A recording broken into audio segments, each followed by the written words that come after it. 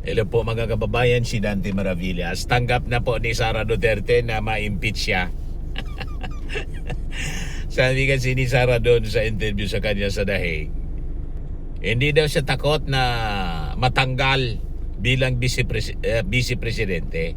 Kasi alimbawa matanggal daw siya sa pamamagitan ng impeachment, magpapatuloy pa rin daw siya sa paglilingkod sa mga mamamayang Filipino.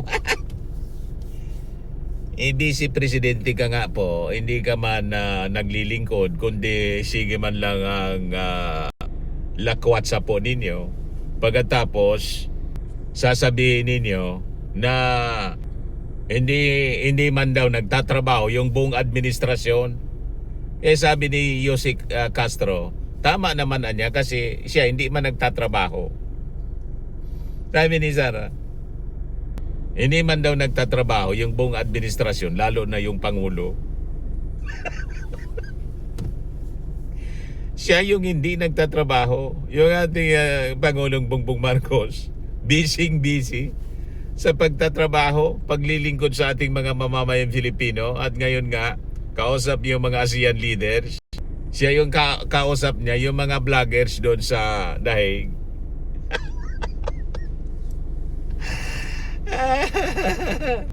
Sabi ni Jose Castro, yung Pangulo niya subsub sa trabaho, siya yung nandyan, nasa world tour, nasa pagbakasyonan niya siya. Alang yan talaga. May lakas ng loob na magtrabaho na hindi nagtatrabaho yung ating magsabi na hindi nagtatrabaho daw yung ating Pangulong Bongbong Marcos. Hindi nagtatrabaho yung administrasyon, lalo na daw po yung ating Pangulo. But anyway, ramdam na mga kababayan ni Sara Duterte na matatanggal siya. Yung petisyon ng kanyang asawa sa Quezon City RTC, tinabla, denied. O diba? Tinabla po si Mans Carpio, kaya wala nang harang sa impeachment ni Sara Duterte mga kababayan. So unti-unti na po na bumabagsak yung legal political shield. Legal at political shield ni Sara Duterte. Sa pinakauling development, mismo na yung korte ang nagsabi na wala pong kapangyarihan yung RTC para pigilan po yung constitutional impeachment laban kay Sara Duterte. Kasi parte siya, mga kababayan, ng powers under the Constitution ng Congress. So kasabay nito, lumalakas naman po yung political momentum sa Kamara, kung saan sabi po ni Congressman Terry Ridon, pati ni Tingog Party List Representative Jude Asidre, more than 200 na mga members ng Congress ang siguradong pipirma sa impeachment ni Sara Duterte. So malinaw na ngayon, wala nang legal impediments para umusad yung forthwith. Di ba? Sigurado ang forthwith kay Tito Sen sa Senado. So sabi sa desisyon ng korte, wala silang jurisdiction sa impeachment ni Sara, sa usapin ng impeachment. At remember, kasama sa gustong harangin sana ni Mans Carpio yung subpena ng Congress sa kanilang income tax returns. So binigyang diin mga kababayan ng korte na hindi daw nila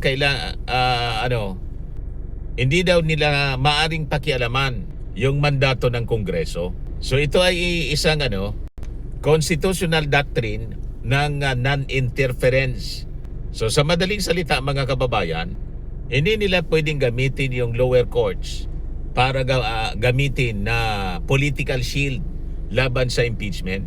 Kasi po kapag pinagayagan ito, mawawalan po kasi ng saysay yung constitutional accountability mechanism ng ating bansa.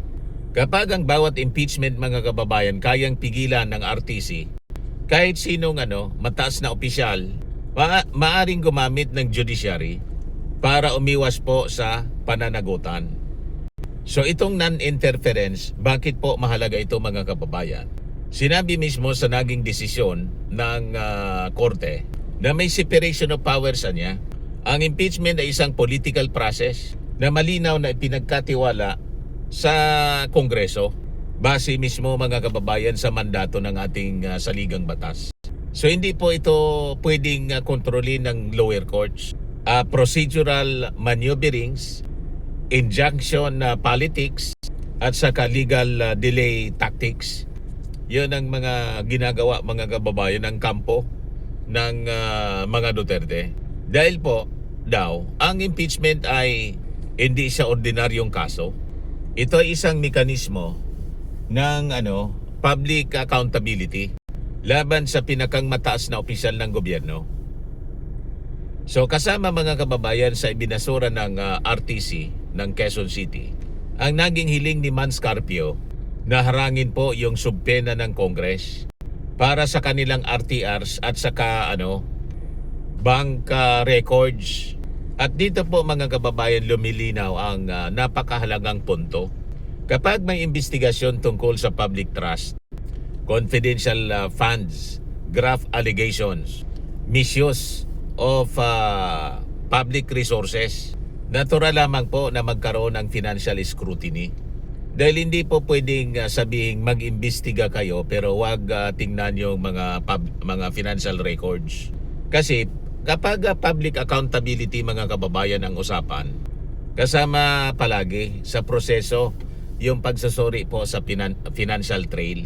So may 200 plus yes votes. So halos tapos na po sa Kamara. Sabi nga mga kababayan sa interview interview kay NUP President Ronaldo Pono, panalo na ang kabayo. Sigurado nang may impeach si Sara. Sabi ni Terry Ridon, malamang yung 215 abutin at baka lumampas pa. Yung requirement 1/3, 106 signatures man lang mga kababayan ang kailangan. So inaasahan na po na diringgi ng plenaryo ang committee report at buong boboto ang Kamara. At dito na mga kababayan lumalabas ang political reality. Kapag more than 200 na po na mga members ng Congress ang handang bumoto, ito po ay malinaw mga kababayan na indikasyon ng pagkawala ng political confidence, institutional distancing, paghina ng protection network at lumalawak na accountability consensus. Sa politika mga kababayan, ang numero ay kapangyarihan. At ang numerong ito ay malinaw na mensahe. Lumalalim na mga kababayan ang political isolation ni Sara Duterte. At hindi natin ipinagtataka kung bakit sinasabi na ni Sara doon sa interview ng kanyang vlogger sa The Hague. Walang problema sa kanya na matanggal sa pagiging vice presidente. Pwede man daw siya na maglingkod kahit wala siya sa pwesto. Madaling sabi, ito po ay acceptance. So abangan na lang natin yung actual na butuhan ng mga members ng Congress sa plenary mga kababayan.